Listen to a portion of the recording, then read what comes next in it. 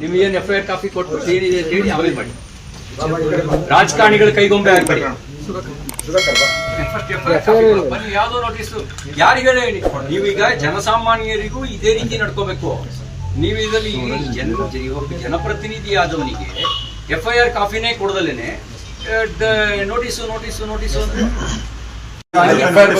ಒಂದ್ ಸೆಕೆಂಡ್, ತಾವು ಈಗ ಬಂದಿರೋ ಉದ್ದೇಶ ನೋಟಿಸ್ ಜಾರಿ ಮಾಡಿ ಸರ್. ನೋಟಿಸು PNSS 35/3 41 ತನಿಖೆಗೆ ಹಾಜರಾಗಿ ಅಂತ ತೋರಿಸಿ ನೋಡೋಣ. ತನಿಖಾಧಿಕಾರಿಗಳಿಗೆ ಹೇಳಿ ಈ ತರದ ಕೇಸ್ಗಳಲ್ಲಿ ಪೂರ್ವಾಪರ ಪರಿಶೀಲನೆ ನಂತರನೇ FIR ದಾಖಲಿಸಬೇಕು ಅಂತ BNS ಅಲ್ಲಿದೆ. ನನ್ನ ಮೇಲೆ ಏನು ಆಪಾದನೆ ಅನ್ನೋದನ್ನು ಫಸ್ಟ್ ಸ್ಪಷ್ಟಪಡಿಸಿ. ಆಪಾದನೆ ಮಾಡಿರುವಂತ ಫಿರ್ಯಾದಿದಾರ ಯಾರು ಆ ಮಾಹಿತಿ ಫಸ್ಟ್ ಕೊಡಿ. FIR ಕಾಪಿ ಕೊಡಿ ಫಸ್ಟ್. ನಿಮ್ ರೂಲ್ಸ್ ಅಲ್ಲಿ ಏನಿದೆ? FIR ಕಾಪಿ ಕೊಡಿ.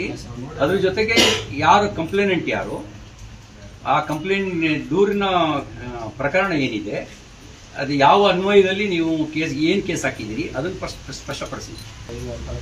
ನೀವು FIR ಕಾಪಿ ಕೊಡ್ರಿ. FIR copy certified FIR copy ಕೊಡಿ.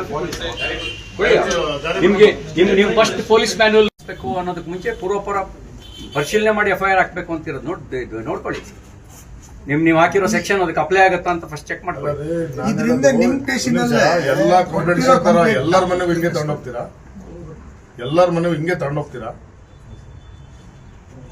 ಎಲ್ಲರೇ ಒಬ್ರು ರಾಷ್ಟ್ರೀಯ ನಾಯಕರು ಡಿಪಾರ್ಟ್ಮೆಂಟ್ ಇನ್ನೊಬ್ರು ಯೋಚನೆ ಮಾಡ್ಬೇಕಲ್ಲ, ಯಾವನ್ನ ಕೆಲ್ಸಕ್ಕೆ ಬರೋದನ್ನ ಕಂಪ್ಲೇಂಟ್ ಕೊಟ್ಟಂದ್ರೆ ಎಲ್ಲರ ಮನೆಗೂ ನೀವ್ ಹಿಂಗೆ ಹೋಗ್ತೀರಾ?